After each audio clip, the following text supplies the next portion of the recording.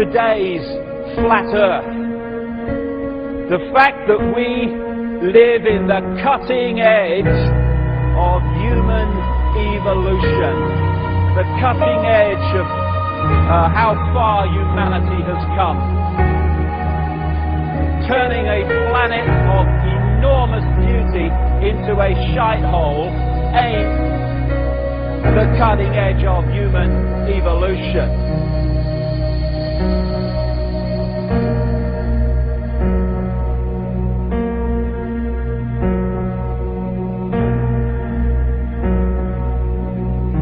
As Michael Elner said, just look at us. Everything is backwards. Everything is upside down. Doctors destroy health. Lawyers destroy justice. Universities destroy knowledge. Governments destroy freedom. The major media destroys information. And religions destroy spirituality. I think there's more to know here. Isn't that weird? We always kill the guys who try and help us. Isn't that strange? We let the little demons run amok. Always. John Lennon, murdered. John Kennedy, murdered. Martin Luther King, murdered. Gandhi, murdered. Reagan, wounded. You know. Bad fucking choice. You find that people that are in positions of apparent power, like prime ministers and presidents, are actually puppets of the real power, which doesn't put itself on public display. Why would it? I mean, does anyone really think that George W. Bush is running America? He probably couldn't tie his shoelaces, never mind run a country. I have this feeling, man, because you know there's a handful of people actually run everything. That's true. It's provable. It's not a I'm not a conspiracy nut. It's provable. Handful, very small elite run and own these corporations, which include the mainstream media.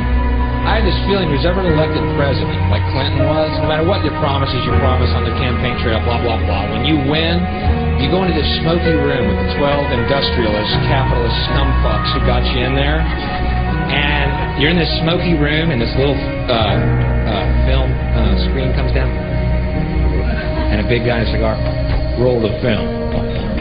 And it's a shot of the Kennedy assassination from an angle you've never seen before. It looks suspiciously off the grassy knoll, and then the screen goes up, and the lights come up, and they go to the new president. Any questions? Just what my agenda is. First we bomb Baghdad. You got it. What I am is frustrated at watching Orwell's 1984 unfold in front of our eyes by the day, while people focus on who shot Phil Mitchell. That is frustrating, because my children and your children, thank you, are going to have to live, indeed, in the timescale, so are we, because we're living in it now, when the most basics of freedoms are being taken away. The average man and woman is in a trance. They get home from work, they don't even talk to their children. They turn the television on, and they let those corporate messages set the agenda in their lives. All you ever hear about in this country is our differences. That's all the media and the politicians are ever talking about, the things that separate us, things that make us different from one another. That's the way the ruling class operates in any society. They try to divide the rest of the people. They keep the lower and the middle classes fighting with each other so that they, the rich, can run off with all the fucking money. Fairly simple thing, happens to work. You know, anything different, that's what they're going to talk about. Race, religion, ethnic and national background, jobs, income, education, social status, sexuality, anything they can do, keep us fighting with each other so that they can keep going to the bank. Divide and conquer is the motto. And as long as people continue to see themselves as separate from everything else, they lend themselves to being completely enslaved. We've all seen vast herds or flocks of sheep controlled by a sheepdog and an authority figure called a shepherd. You imagine if just a significant number, not even half, of those sheep said, we're not going to succumb to fear of the sheepdog, and we are going to go our own way. And those sheep start going in their own way, they start expressing their uniqueness, and they stop acquiescing to the authority figure and succumbing to fear. Where's the power of the shepherd now? Where's the power of the sheepdog now?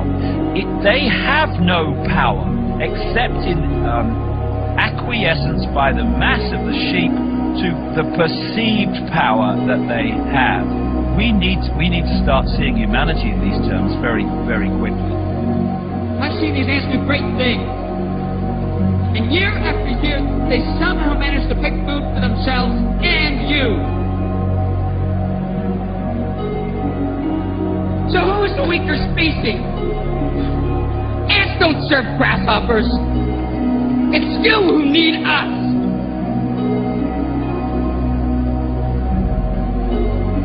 You know, when you go through all these different levels of how we are attacked mentally, emotionally and physically to suppress us and to hold us in the box, in the bubble, that tells us something about us. People don't realize. Oh, it's negative. No, it's not negative. It's extremely positive, if you want to use those terms, because it's telling us who we really are.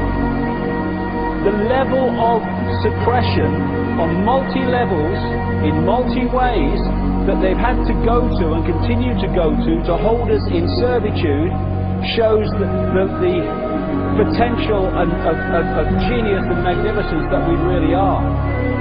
And that's our natural state. This is the difference between the power of our Creator and anything else, particularly evil. That you can go into a pitch black room full of evil, full of darkness, and light a little candle, and instantly that darkness flees. But you can't do the opposite. You can't go into a well-lit room full of truth and wisdom and righteousness and joy and health and harmony with the universal power. You can't take any amount of darkness and go into that well-lit room and have any effect whatsoever. That is the metaphor which I frequently think of when I think that I'm not empowered.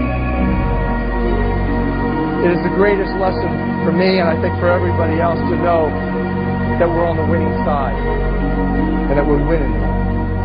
What do I do every day, Mum? What do I do? Get up, catch the bus, go to work, come back home, eat chips and go to bed. Is that it? It's what the rest of us do. Well, I can't. Why? Because you're better than us? No, I didn't mean that.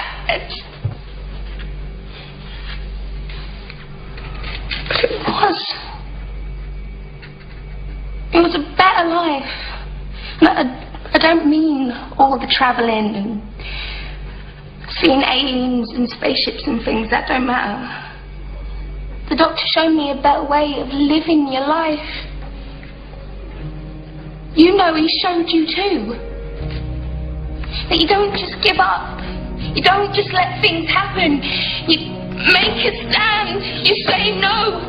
You have the guts to do what's right when everyone else just runs away.